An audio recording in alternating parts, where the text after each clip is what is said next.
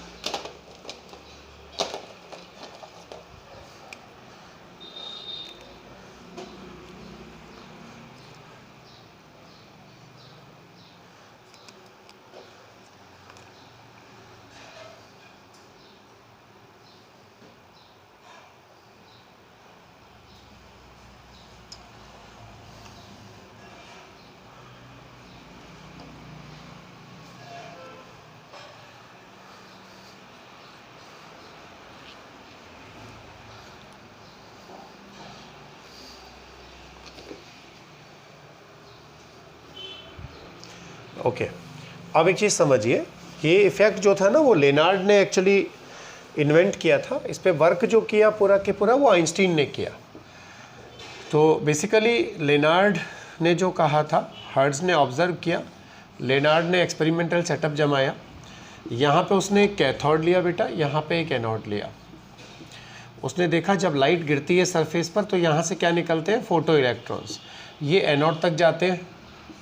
यहाँ पे हम एक पोटेंशियल लगा सकते हैं, जिससे अगर हम एक गैल्वेनोमीटर लगाएं तो उसमें करंट का फ्लो होता है। क्योंकि देखिए यहाँ से लाइट आई, लाइट ने फोटोसेंसिटिव सरफेस जिसको हम कैथोड कह रहे हैं उससे इलेक्ट्रॉनों का इजेक्शन किया, इलेक्ट्रॉन्स वहाँ से भागे, एनोड पे हमने पॉजिटिव पोटेंशियल लगाया तो और तेज़ी से भागे, तो यानी इलेक्ट्रॉन्स यूँ जा रहे हैं तो करंट ऐसे फ्लो होगी, इसको कहते हैं फोटो करंट, राइट। तो सर्किट कंप्लीट हो जाता है इलेक्ट्रॉन्स की वजह से, राइट। ये था इसका एक्सपेरिमेंटल सेटअप ऑफ लेनार्ड।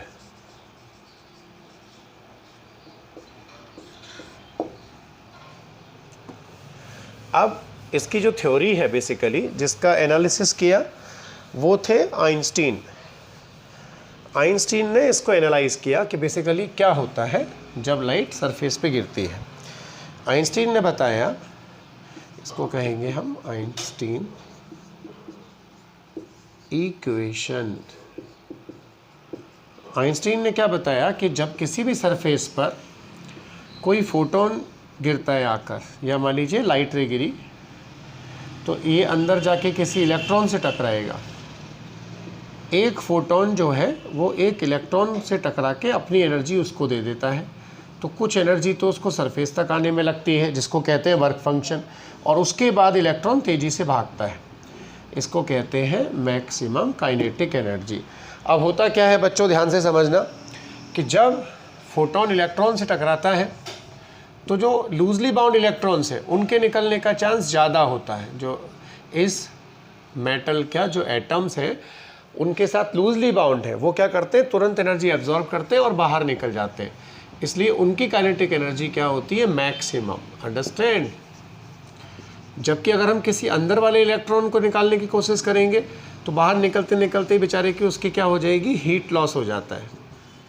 तो जो टाइटली बाउंड इलेक्ट्रॉन्स हैं एटम्स के वो नहीं निकल पाते, तो इट्स अ सरफेशियल फिनोमिना, यानी लूजली बाउंड इलेक्ट्रॉन्स जो है वो निकलते हैं। तो अगर हम एनर्जी कंजर्वेशन लगाना चाहें, इसीलिए यहाँ हम कहते हैं काइनेटिक एनर्जी मैक्सिमम, क्योंकि इंटरनल लेयर्स के इलेक्ट्रॉन्स को ना निकाल कर किसको निकाला जाता है, सरफेशियल इलेक्ट्रॉन्स को।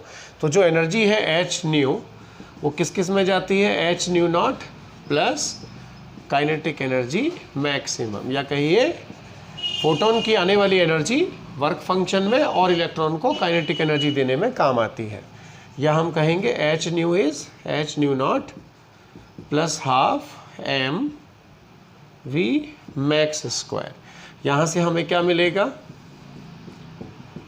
Half m v max square. जब हम वी मैक्स के लिए सॉल्व करेंगे तो हमें इलेक्ट्रॉन की मैक्सिमम वेलोसिटी मिलेगी 2h nu minus nu naught by m. ये होगी इलेक्ट्रॉन की मैक्सिमम वेलोसिटी जिससे इलेक्ट्रॉन भागेगा। h प्लैंक कांस्टेंट है, मास क्या है, मास ऑफ इलेक्ट्रॉन, न्यू क्या है, frequency of use light, new not क्या है, threshold frequency. Mass of electron तो आप सभी जानते होंगे, अगर नहीं जानते हैं तो यहाँ सीख लीजिए कि भाई मास ऑफ इलेक्ट्रॉन जो है that is 9.1 into 10 to the power -31 kilogram. Copy करो बच्चों इसको, फिर हम इसे लैम्डा की टर्म में लिखेंगे।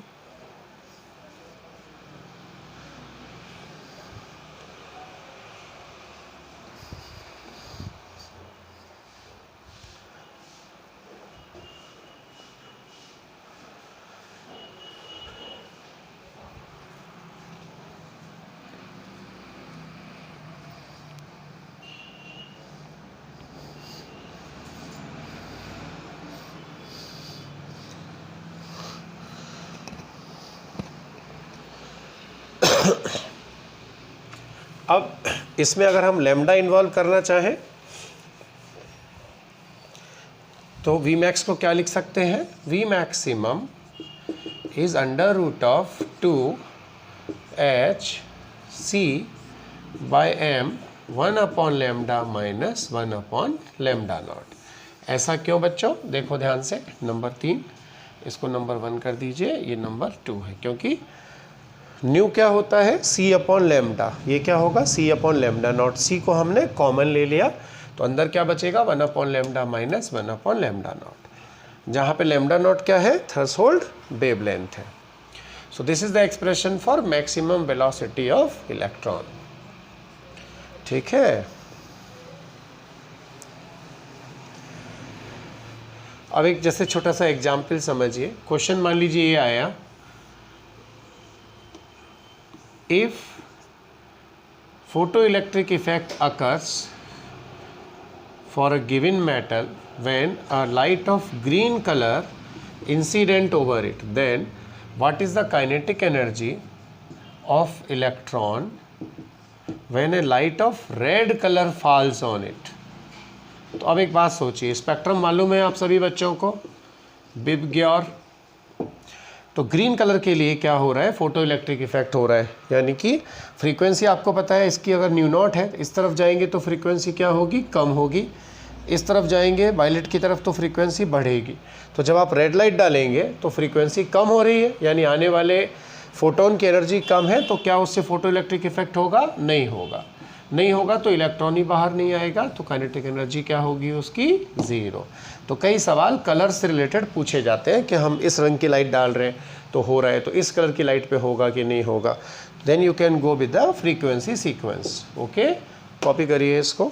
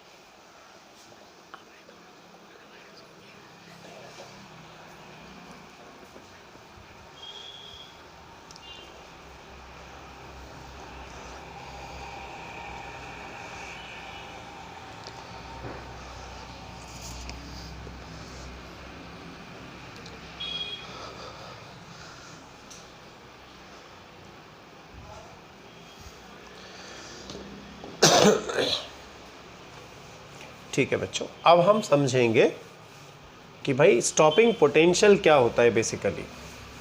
What is the stopping potential. आपने अभी लेनार्ड का एक्सपेरिमेंटल सेटअप देखा, जो मैंने बताया था आपको कि करंट कैसे फ्लो हुई थी सर्किट में, उसी में हम स्टॉपिंग पोटेंशियल को डिफाइन कर सकते हैं, फिर हम ग्राफ्स खींच सकते हैं। स्टॉपिंग पोटेंशियल, ये देखिए यहाँ पे कैथोड है, यहाँ पे एनोड है, यहाँ पे मान लीजिए हमने एक वेरिएबल पोटेंशियल लगा दिया गैल्वेनोमीटर के साथ, ऐसे यहाँ से लाइट इंसिडेंट हो रही है, तो इलेक्ट्रॉन्स निकल कर भाग रहे थे इधर से, 4 इलेक्ट्रॉन मान रहे हैं हम, मान लीजिए, और सर्किट में करंट फ्लो हो रही थी। ये एरो बताता है कि पोटेंशियल कैन बी वेरीड। तो जब एनोड का पोटेंशियल हम पॉजिटिव रखेंगे, मान लीजिए 10 वोल्ट, तो जो इलेक्ट्रॉन निकलेंगे उन पे अट्रैक्शन लगेगा, क्योंकि ये प्लस पोटेंशियल पे है तो माइनस को अट्रैक्ट करेगा, तो तेज़ी से जाएंगे, ज़्यादा करंट फ्लो होगी। अगर हम इसका पोटेंशियल कम कर दें, 10 से कम करके मान लीजिए हमने 5 वोल्ट कर दिया, तो अब जैसे 4 जा रहे थे तो अब 3 जाएंगे, ठीक है, अट्रैक्शन नहीं होगा इसमें, ठीक, कम हो जाएगा अट्रैक्शन। अगर हम इसका पोटेंशियल 0 वोल्ट कर दें, किसका, एनोड का, तो भी कम से कम 2 इलेक्ट्रॉन ऐसे होंगे जो यहाँ पहुँच जाएंगे due to their kinetic energy, क्योंकि आप, ठीक है, एनोड पे आप पोटेंशियल नहीं दे रहे, अट्रैक्ट नहीं कर रहे इलेक्ट्रॉन्स को, पर उनकी जो काइनेटिक एनर्जी है उसकी वजह से वो अट्रैक्ट होके या भाग के एनोड के पास आ जाएंगे और करंट फ्लो हो जाएगी। हमें चाहिए कि हम उनको भी नहीं आने देंगे, तो मान लीजिए मैं जब यहाँ पे लगाऊंगा नेगेटिव पोटेंशियल -5 फॉर एग्जांपल, तो अब क्या होगा, अट्रैक्शन की जगह पे इन इलेक्ट्रॉन्स पर क्या लगेगा, रिपल्सन लगेगा, तो अब कोई भी इलेक्ट्रॉन यहाँ नहीं पहुँच पाएगा। तो ये -5 वोल्ट क्या हो गया, एक तरह से स्टॉपिंग पोटेंशियल, स्टॉपिंग पोटेंशियल। ये रिलेटिव पोटेंशियल होता है बेसिकली, इसको हम V0 कहते हैं, कैथोड के रिस्पेक्ट में एनोड पे लगाया गया पोटेंशियल। तो डेफिनेशन क्या आएगी इसकी, the relative potential applied at anode such that no electron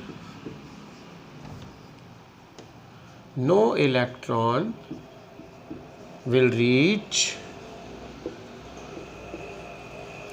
the anode, so I becomes 0. तो यानी डेफिनेशन क्या हो गई? That relative negative potential applied at the anode for which any electron will not able to reach to the anode. जब कोई electron यहाँ पहुँचेगा ही नहीं तो करंट फ्लो होगी क्या सर्किट में? नहीं होगी. तो करंट की वैल्यू क्या हो जाएगी? 0. इसलिए इसको कहा जाता है स्टॉपिंग पोटेंशियल, यानी इसने सारे इलेक्ट्रॉन्स को स्टॉप कर दिया. अब इसकी वैल्यू क्या होती है बेटा, वो ज़रा सीखिए. स्टॉपिंग पोटेंशियल की भाई आइंस्टीन इक्वेशन से हम एक चीज़ जानते हैं,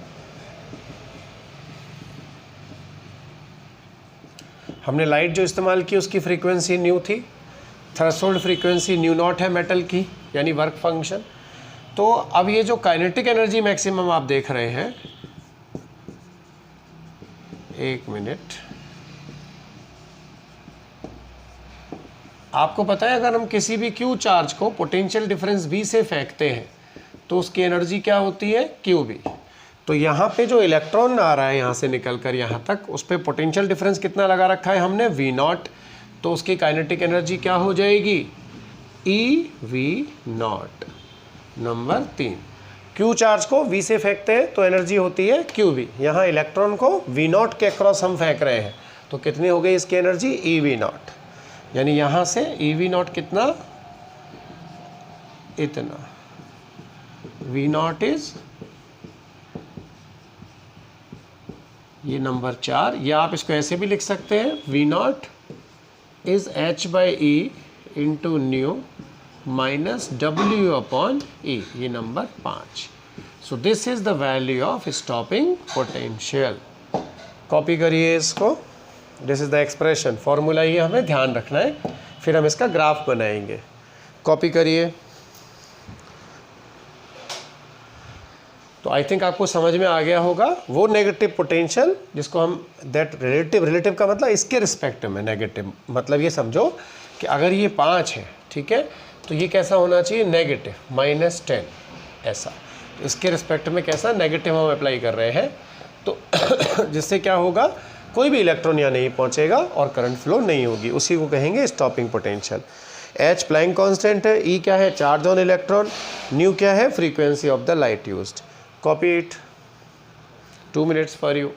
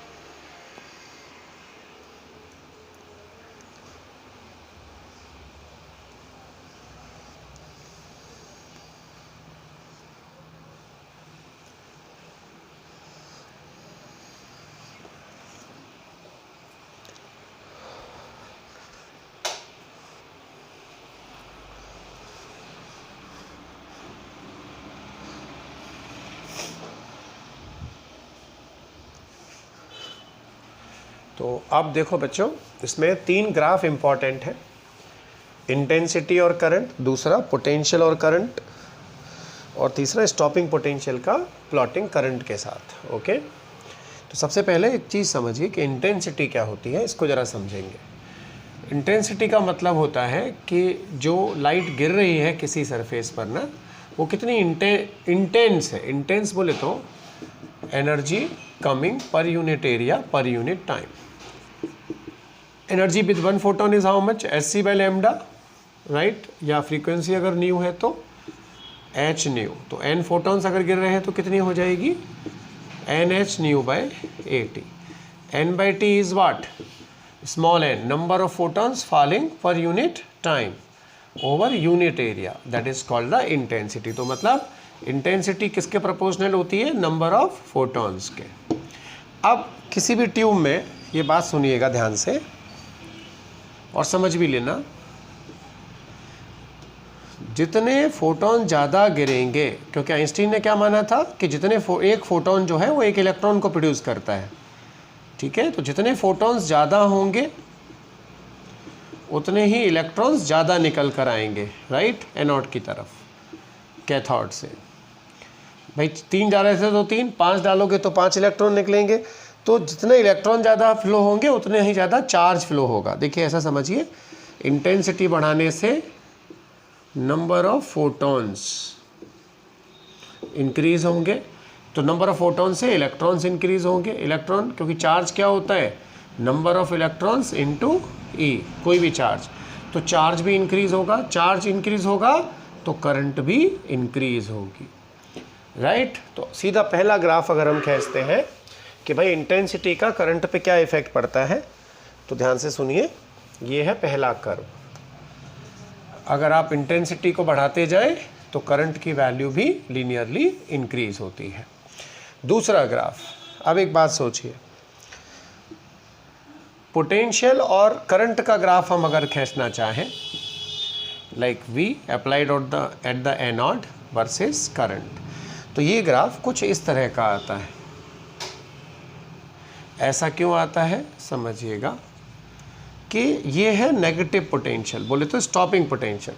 जब हम यहाँ नेगेटिव पोटेंशियल लगाते हैं तो कोई भी करंट फ्लो नहीं होगी, तो I इज 0। जैसे जैसे पोटेंशियल को हम पॉजिटिव करते जाएंगे, 0 पोटेंशियल भी रखेंगे अगर हम एनोड का, तो भी कुछ इलेक्ट्रॉन काइनेटिक एनर्जी की वजह से यहाँ पहुँच जाएंगे और एक करंट फ्लो होती जाएगी, ठीक है। और बढ़ाएंगे हम पोटेंशियल को तो करंट थोड़ा बढ़ेगी, और एक लिमिट के बाद करंट क्या हो जाएगी, सैचुरेटेड। सैचुरेटेड, इसको कहते हैं सैचुरेटेड करंट, यानी करंट क्या हो जाएगी, एक लिमिट तक बढ़ेगी। अगर आप पॉजिटिव पोटेंशियल बढ़ाएंगे उसके बाद वो कांस्टेंट हो जाएगी, क्योंकि जिस रेट से इलेक्ट्रॉन निकल रहे हैं वो सारे के सारे वहाँ पहुँचने लग जाएंगे और पोटेंशियल के साथ कोई फ़र्क आगे नहीं पड़ेगा। ओके, ये कॉपी करिए। कंक्लूज़न क्या है कि जितने ज़्यादा इंटेंसिटी उतने ज़्यादा फोटोन, एक फोटोन से एक इलेक्ट्रॉन तो उतने ज़्यादा इलेक्ट्रॉन, जितने ज़्यादा इलेक्ट्रॉन उतना ज़्यादा चार्ज फ्लो, जितना ज़्यादा चार्ज फ्लो उतनी ज़्यादा करंट। Copy it please.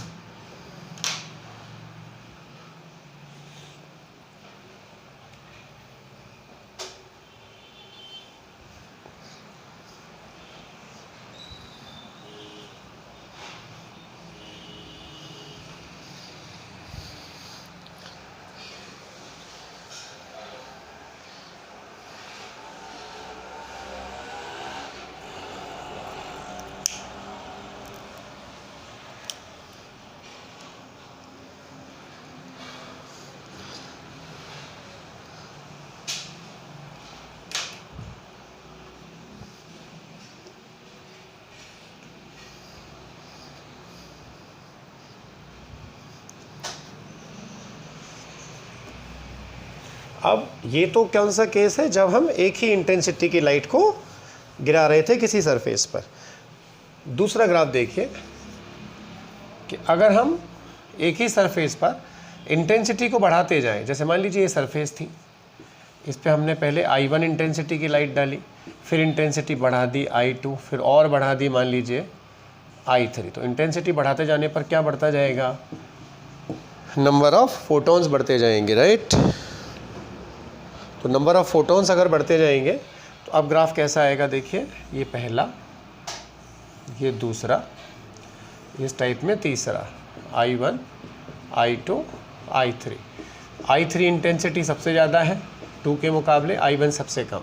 तो जो सैचुरेशन करंट की वैल्यू है वो क्या थोड़ी थोड़ी बढ़ती जाएगी, सैचुरेटेड करंट।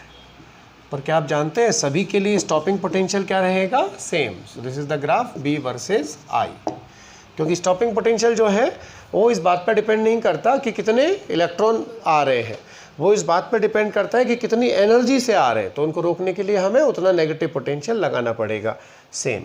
इंटेंसिटी बढ़ाने से केवल इलेक्ट्रॉनों की संख्या बढ़ेगी, उनकी ताकत नहीं बढ़ेगी, यानी उनकी एनर्जी नहीं बढ़ेगी। ओके, तो यहाँ लिख देंगे हम रिजल्ट V0, बोले तो stopping potential is independent of intensity. Stopping potential intensity पे डिपेंड नहीं करता है। अब अगला जो ग्राफ है वो ज़रा समझेंगे हम कि ये जो ग्राफ था ना अपना तीसरा, ये आएगा किसके लिए, स्टॉपिंग पोटेंशियल या फ्रीक्वेंसी के साथ। तो हम लिखेंगे on increasing the frequency, energy of electrons will increase। क्योंकि एनर्जी जो है वो क्या होगी, अगर हम लाइट की वो एनर्जी को बढ़ा दें, फ्रीक्वेंसी को, तो ज़्यादा काइनेटिक एनर्जी के इलेक्ट्रॉन निकलेंगे। क्योंकि देखो क्या होता है, H nu is h nu naught plus के मैक्स। तो यहाँ से जो काइनेटिक एनर्जी आएगी ना इलेक्ट्रॉन की, जो सरफेस से निकल रहे होंगे, वो क्या होगी, H new minus H nu not. ये तो कांस्टेंट है, हम न्यू को बढ़ा रहे हैं तो ये टर्म बढ़ जाएगी, तो एनर्जी क्या होगी उनकी और ज़्यादा बढ़ जाएगी इलेक्ट्रॉन्स की। ओके, तो यानी फ्रीक्वेंसी को बढ़ाने पर इलेक्ट्रॉनों की काइनेटिक एनर्जी बढ़ जाती है। काइनेटिक एनर्जी जब बढ़ जाती है तो उन्हें रोकने के लिए हमें ज़्यादा नेगेटिव पोटेंशियल लगाना पड़ेगा। कॉपी करिए, फिर मैं ग्राफ बनाता हूँ।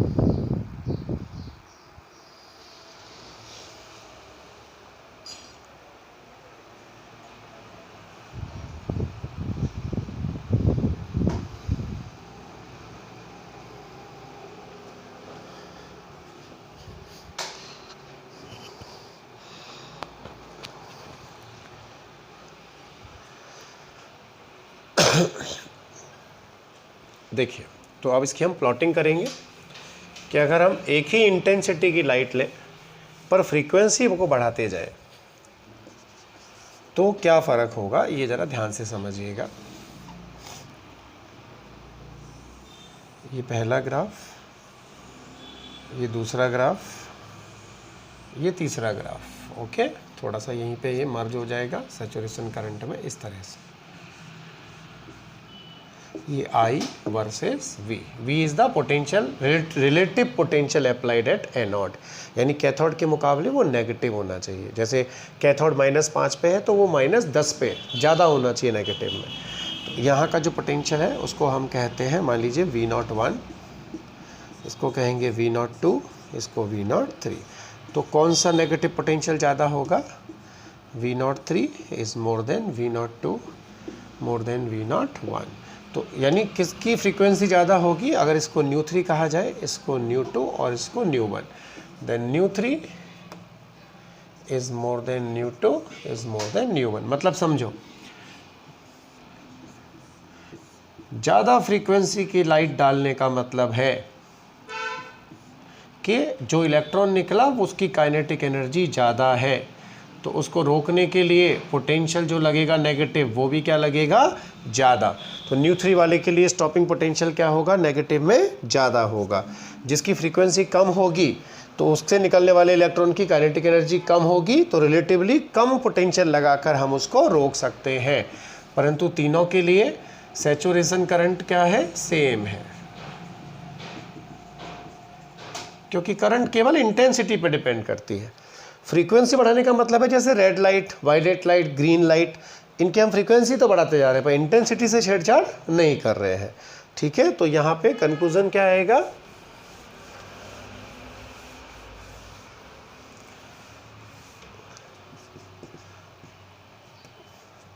Saturation current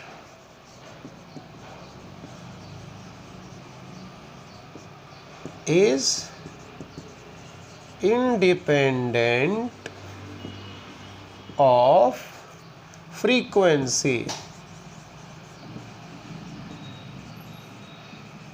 of light।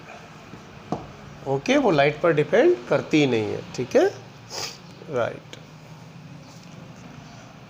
तो जैसे आप मान लीजिए एक ही इंटेंसिटी की लाइट, सवाल ऐसा आएगा, सेम इंटेंसिटी की लाइट को हम सरफेस ए पर डाल रहे हैं और सरफेस बी पर डाल रहे हैं।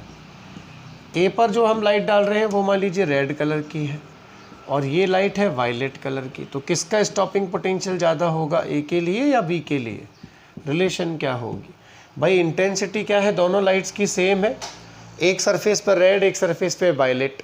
किसकी फ्रीक्वेंसी ज़्यादा है? वायलेट लाइट की, ऑफ कोर्स, राइट। तो यानी यहाँ से निकलने वाला जो इलेक्ट्रॉन होगा वो ज़्यादा एनर्जेटिक होगा, तो उसको रोकने के लिए हमें ज़्यादा पोटेंशियल लगाना पड़ेगा, क्योंकि फ्रीक्वेंसी बढ़ाने से इलेक्ट्रॉन की एनर्जी बढ़ती है, ताकत। तो उसको रोकने के लिए हमें ज़्यादा नेगेटिव पोटेंशियल की आवश्यकता होती है। कॉपी करिए इसको।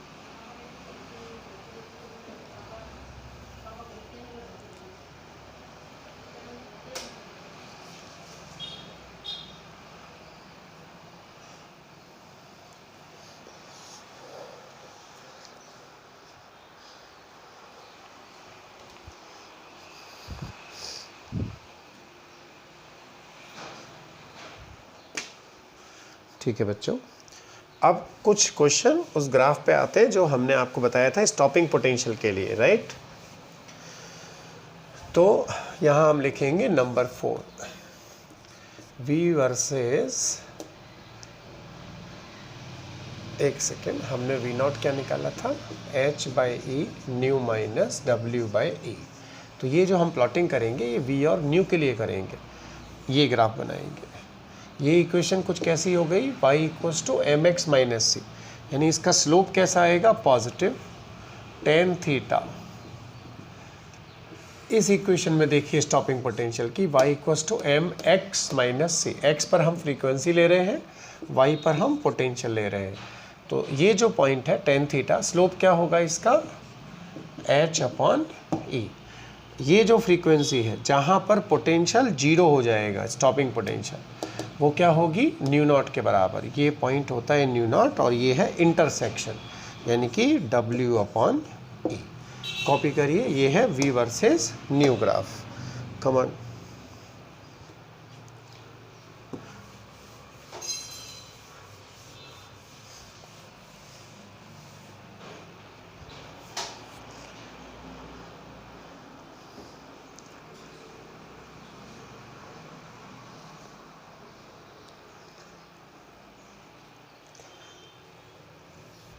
अब आप सोच रहे होंगे सर इस पे क्वेश्चन कैसे आएगा, ये बताओ। देखो बेटा, एग्जाम्पल से समझो। वो कहेगा the V versus nu graph are plotted for 2 metals like this, A metal and B metal. Then the relation between work function of A and work function of B, किसका ज़्यादा होगा किसका कम होगा, ये हमें निकालना है। आपको पता है स्लोप सभी का सेम होता है, because that is independent of any other thing. tan theta is h/e। ये जो डिस्टेंसेज है, इंटरसेक्शन देखिए कौन सा ज़्यादा है, ये वाला ज़्यादा है कि ये पूरा ज़्यादा है, यहाँ से यहाँ तक ये ज़्यादा है ऑफ कोर्स, राइट। किसका इंटरसेक्शन है ये, B मेटल का, तो B का वर्क फंक्शन ज़्यादा होगा। हम इसको लिखेंगे since the work function W/E is more for B, so its W is more। क्योंकि E तो दोनों के लिए सेम होगा ना, तो जिसका इंटरसेक्शन ज़्यादा है उसका वर्क फंक्शन ज़्यादा होगा। तो अगर हम मान लीजिए सेम फ्रीक्वेंसी की लाइट डालें तो किस मेटल से निकलने वाले इलेक्ट्रॉन की काइनेटिक एनर्जी ज़्यादा होगी, जिसका वर्क फंक्शन ज़्यादा होगा उससे निकलने वाले इलेक्ट्रॉन की काइनेटिक एनर्जी कम होगी।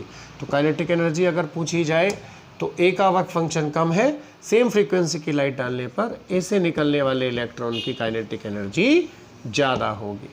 भाई वर्क फंक्शन कम होने का मतलब क्या है, एक को 100 दिया, वर्क फंक्शन 40 था, तो काइनेटिक कितनी 60, एक को 100 एनर्जी दी, वर्क फंक्शन उसका 70 था, तो उसकी काइनेटिक एनर्जी 30 बचेगी। तो जिसका वर्क फंक्शन कम है उससे निकलने वाले इलेक्ट्रॉन की काइनेटिक एनर्जी ज़्यादा होगी। कॉपी करिए इसको।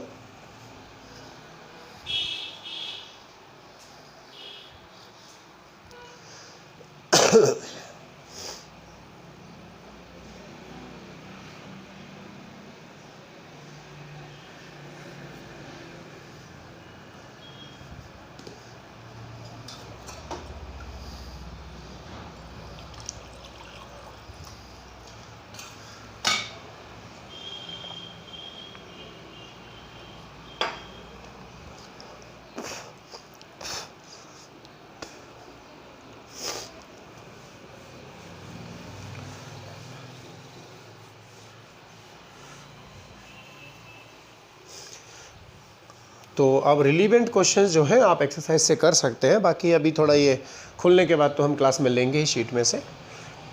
इम्पॉर्टेंट कंक्लूजन क्या है, क्वांटम थ्योरी, क्वांटम थ्योरी और पार्टिकल नेचर। तो बेसिकली जो फोटो इलेक्ट्रिक इफेक्ट है ना, that will explain the particle nature of light. ऐसा क्यों है, पार्टिकल नेचर को कैसे एक्सप्लेन करता है। पहला reason, no time delay. Excuse मी,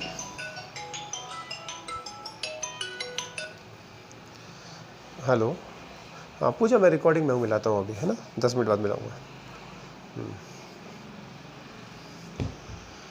पहला रीज़न है there is no time delay, यानी जैसे ही फोटोन गिरता है सरफेस पर तुरंत ही इलेक्ट्रॉन बाहर निकलता है। ओके, तो टाइम डिले नहीं होता। वेव नेचर में क्या होता है, जब वेव जाती है किसी मीडियम के थ्रू तो सारे पार्टिकल्स पहले एनर्जी उनमें रिडिस्ट्रीब्यूट होती है, फिर वो एक्साइट होते हैं एक साथ, राइट। तो यहाँ पे कोई टाइम डिले नहीं था, जबकि वेव नेचर जो होती है उसमें ये कहा जाता है there is a time lag between the energy fall and the excitation. ये टाइम डिले लगभग 10⁻⁻8 कुछ है, जो कि नेग्लिजिबल होता है, इसलिए ये पार्टिकल नेचर को एक्सप्लेन करता है। दूसरा, आइंस्टीन ने क्या बताया कि एक फोटोन जो है उससे एक ही इलेक्ट्रॉन निकलता है, 1 photon creates the 1 electron. Okay, right. तीसरी चीज, कुछ ऐसा समझिए कि वेव थ्योरी जो होती है, वेव नेचर ऑफ लाइट जो है, उसमें क्या होता है, व्हेन एनर्जी फॉल्स और passes through a medium it will take the time to distribute to the all particles. तो जब एनर्जी गिरती है वेव नेचर के हिसाब से, तो मीडियम के सारे पार्टिकल्स को एनर्जी एक्युमुलेट करने में टाइम लगता है, और उसके बाद वो एक साथ एक्साइट होते हैं, सारे एक साथ निकलने चाहिए थे, परंतु ऐसा नहीं हुआ यहाँ पर। यहाँ पे तुरंत निकला इलेक्ट्रॉन। ऐसा समझ लो बेटा कि मान लो ये ए है, वेव नेचर क्या कहती है, यहाँ पे मान लीजिए 3 पौधे हैं ये, या 6 पौधे लिए मैंने एक गार्डन में, और एक पाइप से मैं पानी दे रहा हूँ इनमें, तो क्या होगा, सभी को इक्वल पानी मिलेगा, बराबर बराबर डिस्ट्रीब्यूट होगा। और बहुत ज़्यादा पानी देने पर क्या होगा, सारे पौधे एक साथ उखड़ जाएंगे ज़मीन से, right. This is something wave nature. Energy will go and redistribute equally, हर एक के पास इक्वल डिस्ट्रीब्यूट होगी। Particle nature is something like कि मेरे पास 6 पौधे थे, और अब मैंने बैलून में भरकर, एक बैलून लिया मैंने, वाटर बैलून, इसमें पानी भरकर केवल सेकंड पौधे को दिया, तो पूरा पानी इसमें जाएगा और ये उखड़ जाएगा, राइट। जैसे एक और बैलून लिया मैंने पानी का, इसको भर के इस पौधे को दिया मैंने, 6 नंबर वाले को, सारा पानी इसमें जाएगा और ये उखड़ जाएगा। This is what particle nature which was observed in photoelectric effect. So means photoelectric effect is representing particle nature of light, because there is no time delay and spontaneous emission is taking place, right. All electrons are not coming out and there is no time lag, and it is assumed that 1 photon creates the 1 electron.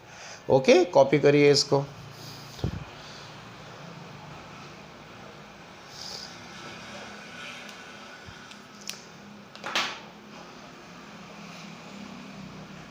जैसे pipe से पानी देते हैं, ये wave nature है, सबको equal पानी मिलता है और सारे एक साथ उखड़ेंगे ज़्यादा पानी देने पर। यहाँ पे बैलून से भर के हमने पौधे को पानी दिया, तो जिसको ज़्यादा पानी मिला वही उखड़ के गिर जाएगा। ये है पार्टिकल नेचर का एग्जाम्पल। तो फोटोन जिस इलेक्ट्रॉन को स्ट्राइक करेगा उसी को एक्साइट करके निकाल देगा बाहर। ओके, सारे एक साथ नहीं आएंगे।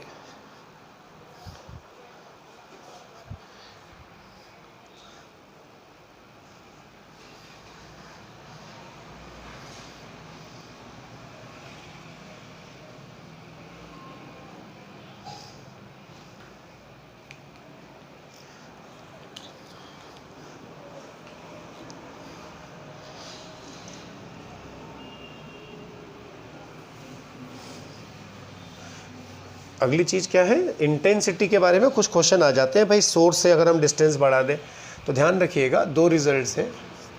पॉइंट सोर्स जो होता है उससे जो लाइट निकलती है, राइट, उसकी इंटेंसिटी को अगर हम r डिस्टेंस पे नापते हैं मान लीजिए, तो I is inversely proportional to r²। जैसे हमारा बल्ब एक पॉइंट सोर्स होता है, दूसरा होता है line source of light. Line source का जो वेव फ्रंट होता है एक्चुअल में वो कैसा, सिलेंड्रिकल होता है इस तरह से। तो अगर हम इससे r डिस्टेंस पर इंटेंसिटी को नापें, तो for a line source of light intensity is inversely proportional to distance of the point. ये नंबर 2, ये आपको ध्यान रखना है। तो कई बार वो कह देता है कि अगर सोर्स की डिस्टेंस को, जो फोटो सेंसिटिव सरफेस है, पॉइंट सोर्स है, डिस्टेंस को हम ट्वाइस कर दें तो इंटेंसिटी पे क्या फ़र्क पड़ेगा? डिस्टेंस ट्वाइस करने पर 2 का स्क्वायर 4, इंटेंसिटी 1/4 हो जाएगी। तो शुरू की करंट अगर 4 एम्पियर है उस सर्किट में तो करंट भी क्या हो जाएगी? 1/4। तो हम इसको क्या लिख सकते हैं? सीधा सीधा I is inversely proportional to I। तो जो फ़र्क इंटेंसिटी पे आएगा सोर्स के डिस्टेंस का, वही फ़र्क करंट पे आएगा। लाइन सोर्स अगर आप यूज़ कर रहे हैं किसी फोटो सेंसिटिव सरफेस के लिए, डिस्टेंस को आपने हाफ कर दिया तो इंटेंसिटी क्या हो जाएगी? ट्वाइस हो जाएगी जो सरफेस पे गिर रही है।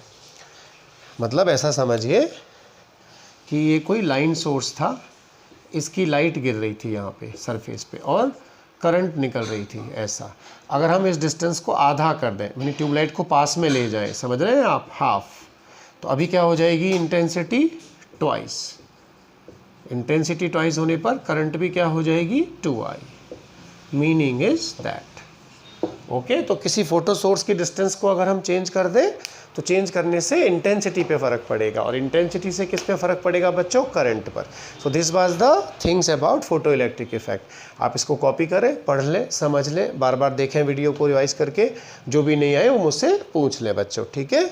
So this is about radiation pressure, photon properties and photoelectric effect which explains the particle nature of light. Thank you. अभी आप इसको प्रैक्टिस करो, सोर्स कोई है तो उसको सॉल्व करो, और एसी की जो शीट दे रखी है उसमें काफ़ी सवाल हैं, जब तक अपना समय उससे इस्तेमाल करिए। ये 4 को खुलने के बाद हम आपको बुलाएंगे छोटे बैचेज़ में और घर पर ही पढ़ाएंगे या क्लासरूम में भी लेंगे। ओके, थैंक यू बच्चों, नमस्कार। देख लीजिए इसको आराम से।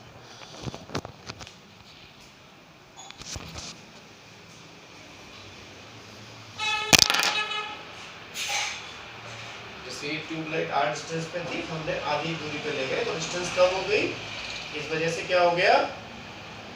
करंट ट्वाइस हो गई, इंटेंसिटी ट्वाइस हो गई।